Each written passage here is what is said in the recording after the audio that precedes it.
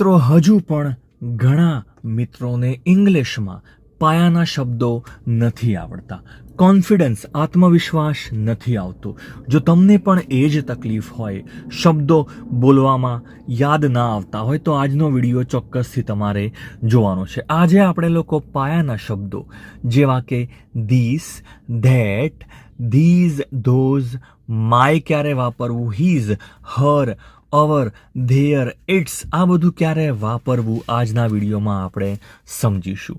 મિત્રો, જીવનમાં જ્યારે પણ કંઈક નવું કરશો ભૂલ પડશે. ઇંગ્લિશ તમે જેવું બોલવાનું શરૂ કરશો, લખવાનું શરૂ કરશો, ભૂલ પડશે અને પડવા દેવાની.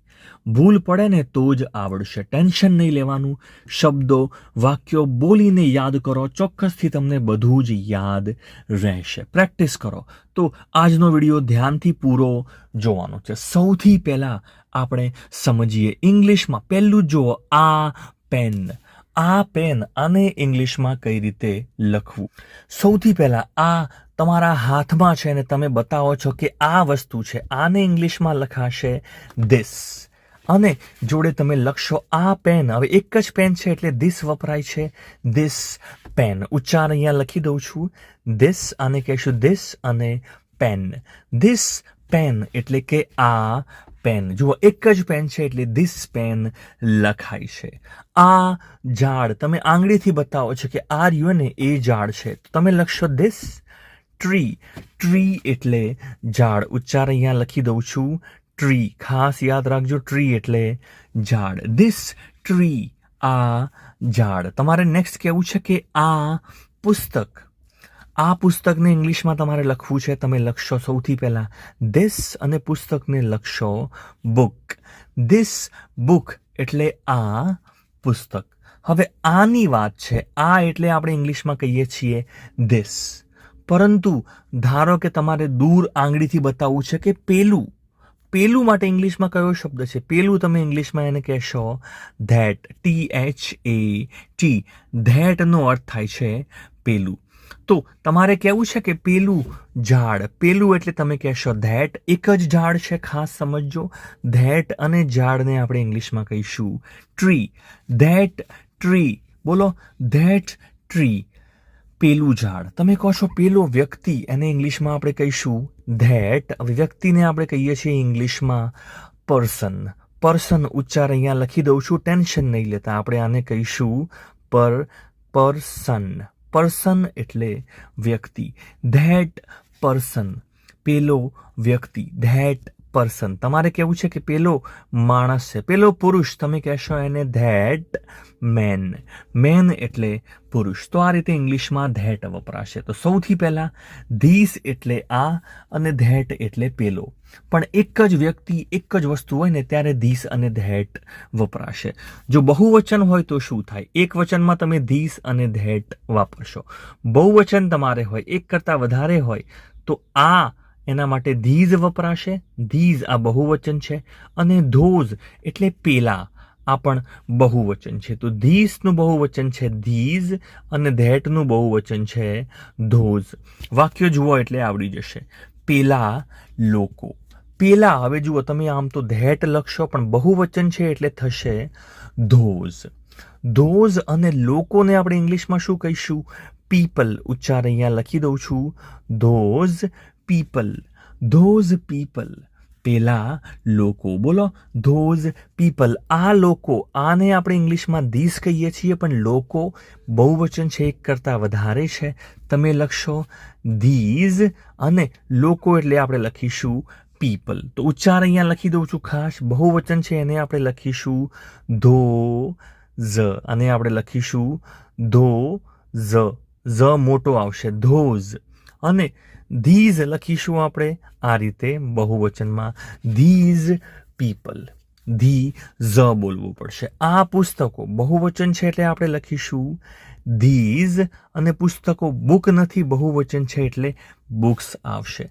ધીઝ બુક્સ, આ પુસ્તકો. ચલો નેક્સ્ટ છે મારું પુસ્તક. તમારે હવે કોઈની માલિકી બતાવી છે કે મારું, તારું.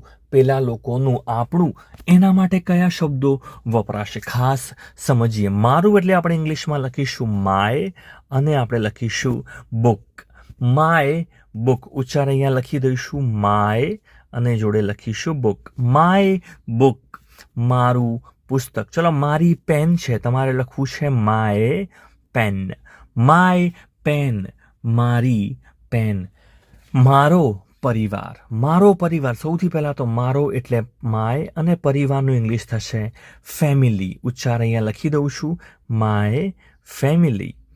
માય ફેમિલી મારો પરિવાર. My family. તમારે કહેવું છે કે આ મારો પરિવાર છે, તમે લખશો ધીસ. ધીસ એક વચન છે એટલે ઇઝ વપરાશે. This is my family. This is my family. આ મારો પરિવાર છે. ચલો તમારે કહેવું છે મારા પિતા, તમે ઇંગ્લિશમાં લખશો માય. માય અને પિતાને આપણે કહીશું ફાધર. માય ફાધર ઉચ્ચાર અહીંયા લખી દઉં છું માય ફાધર મારા પિતા. હવે તમારે કહેવું છે કે તારા પિતા. તારી જે પણ વસ્તુ હોય એની વાત કરીએ. તારા માટે ઇંગ્લિશમાં કયો શબ્દ છે? યોર. યુ એટલે તું અને યોર એટલે તારું. તારું, તારી, તારો. યોર. યોર ફાધર ઉચ્ચાર લખી દઉં છું યોર ફાધર. યોર ફાધર તારા પિતા. તમારે કહેવું છે તારું ઘર, આપણે લખીશું યોર હાઉસ. ઉચ્ચાર લખી દઉં છું અહીંયા યોર હાઉસ તારું ઘર. તમારે કહેવું છે તારી નોકરી, તો તમે લખશો યોર નોકરીને આપણે કહીશું જોબ. જોબ એટલે નોકરી. યોર જોબ તારી નોકરી. ખાસ યાદ રાખજો યોર જોબ. તેનું. હવે તેનું એટલે ધારો કે અહીંયા પુ લખ્યું છે એટલે પુરુષની વાત છે. મારા અને તમારા સિવાય કોઈ છોકરો દૂર ઊભો છે ને આપણે કહીએ છીએ તેનું નામ શું છે, એ છોકરાનું નામ શું છે? તેનું. હવે તે માટે ઇંગ્લિશમાં હી વપરાય છે અને તેનું એને ઇંગ્લિશમાં કહેવાય છે હિઝ. તો આપણે લખીશું હિઝ. નામને ઇંગ્લિશમાં કહેવાય છે નેમ. ઉચ્ચાર લખી દઉં છું his. His name. His name એટલે કે તેનું નામ. તેનું ગામ તમે લખશો હિઝ. ગામને આપણે કહીશું વિલેજ. હિઝ વિલેજ તેનું ગામ. ઉચ્ચાર લખી દઉં છું હિઝ વિલેજ. હિઝ વિલેજ તેનું ગામ. તેની ઘડિયાળ. તેની આપણે લખીશું હિઝ ને ઘડિયાળને ઇંગ્લિશમાં કહીશું વોચ. વોચનો અર્થ થાય છે હાથમાં પહેરવાની ઘડિયાળ. હિઝ વોચ તેની ઘડિયાળ. તેની આદત. તેની આદત આપણે લખીશું હિઝ અને લખીશું હેબિટ. ઉચ્ચાર લખી દઉં છું his habit. His habit. Habit એટલે આદત. તેની આદત. બરાબર છે હિઝ. હવે કોઈ છોકરી હોય, ધારો કે કોઈ છોકરી છે ને આપણે એ છોકરીની વાત કરીએ છીએ. છોકરી માટે ઇંગ્લિશમાં વપરાય છે શી. શી એટલે એ છોકરી, પરંતુ એ છોકરીનું છે એના માટે ઇંગ્લિશમાં વપરાય છે હર. આનો ઉચ્ચાર થશે હર. હર એટલે એ છોકરીનું. તમે કહો છો હર આઈ. આઈનો અર્થ શું થાય? આઈ એટલે આંખ. હવે એ છોકરીની આંખ બહુવચન છે, તમે લખશો આઈઝ. આઈઝ એસ લગાવવો પડશે. ઉચ્ચાર થશે આનો eyes. Her eyes. Her eyes એટલે તેની, એ છોકરીની આંખો. એ છોકરીનું પર્સ તમે લખશો હર. હવે છોકરીનું પર્સ એને ઇંગ્લિશમાં શું કહેવાય? ઇંગ્લિશમાં આપણે કહીશું સ્પેલિંગ PURSE પર્સ.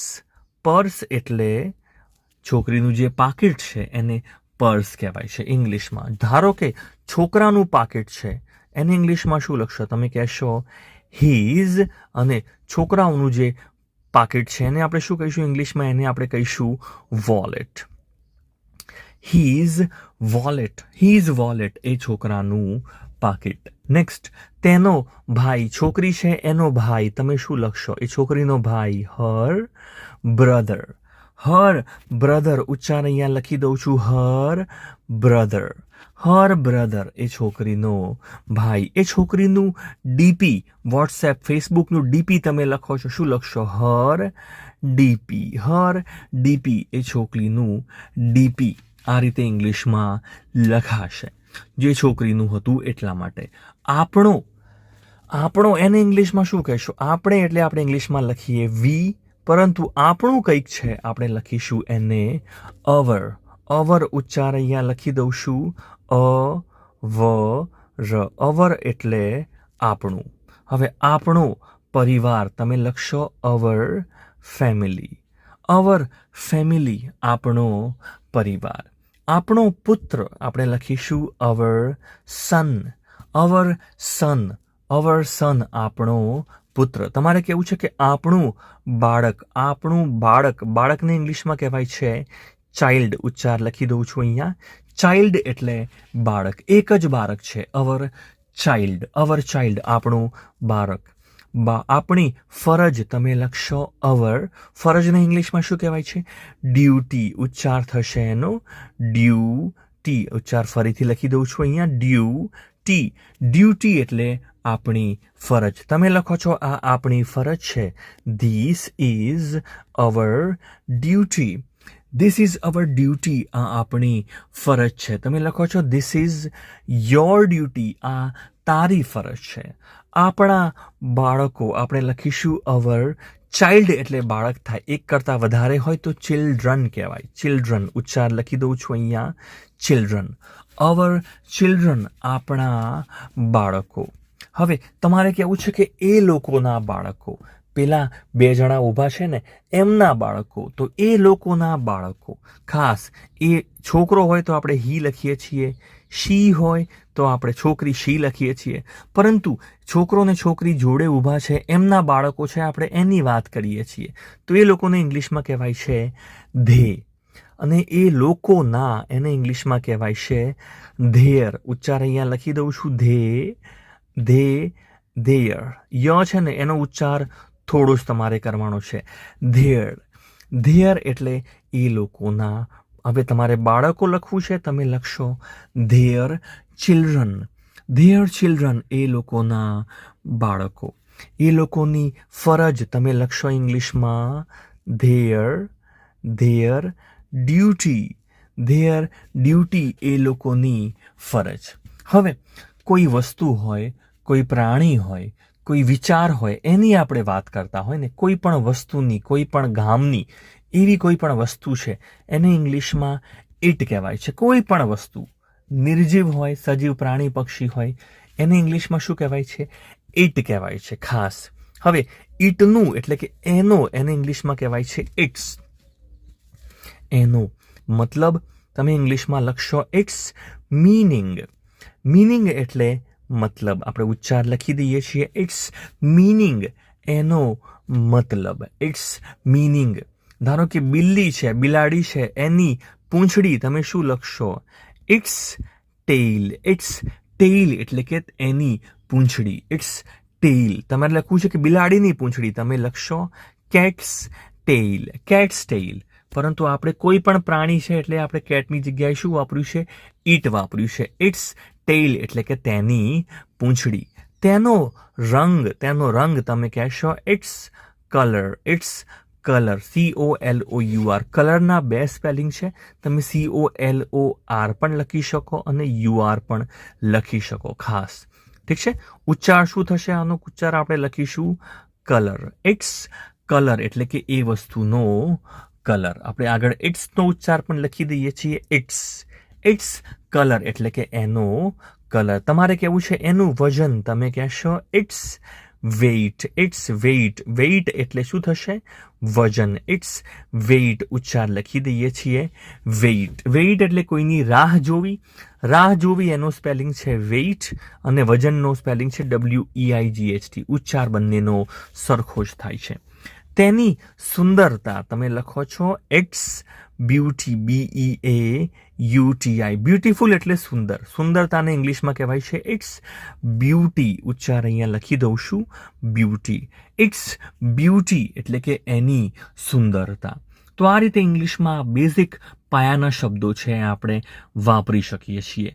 મિત્રો, આશા રાખું છું તમને આ વિડીયો ગમ્યો હશે. ચોક્કસથી આને મિત્રો જોડે શેર કરજો અને ગમ્યો હોય તો લાઈક બટન પ્રેસ કરશો, જેથી મને પણ નવા વિડીયો બનાવવાની પ્રેરણા મળે. Thanks for watching.